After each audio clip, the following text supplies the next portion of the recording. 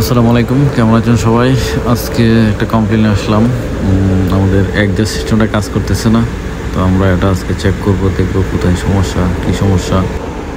অ্যাডজাস্টের অবস্থা খুবই বাজে, দেখতেই পাচ্ছেন।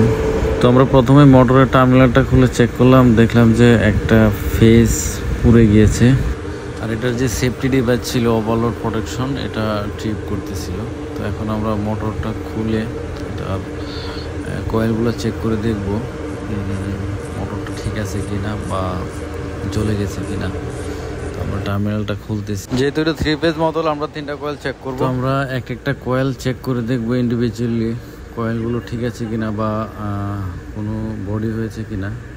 তো আমরা একটা খুলে দেখতেছি, কোয়ান্টিটি দেখাচ্ছে।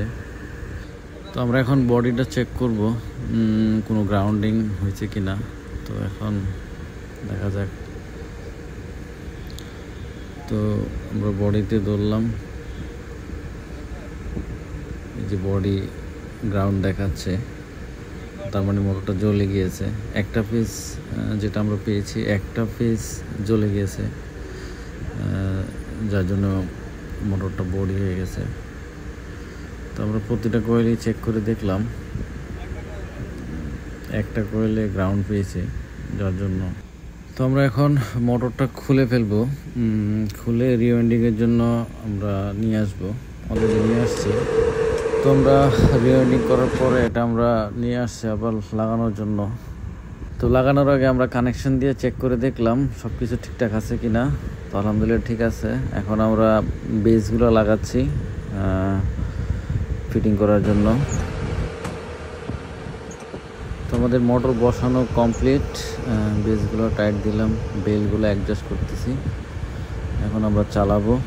মোটরটার ক্যাপাসিটি 7.5 কিলোওয়াট এবং এটা স্টার ডেল্টা কানেকশন। তো ফাইনালি চালু করা হলো। এখন এটার দেখবো সব কিছু ঠিকঠাক আছে, আলহামদুলিল্লাহ চলতেছে সুন্দর। তো এটা অ্যাম্পিয়ারটা যদি দেখি, অ্যাম্পিয়ারটাও ঠিক আছে, যেহেতু পেজ ভাগ করা 6 অ্যাম্পিয়ার নিচ্ছে, 6.6। সব কিছু স্মুথে চলতেছে, কোনো সমস্যা নেই। তো সর্বশেষ আমরা চেক করে দেখলাম রোটেশন এবং এয়ার ফ্লো দুইটাই ঠিকঠাক।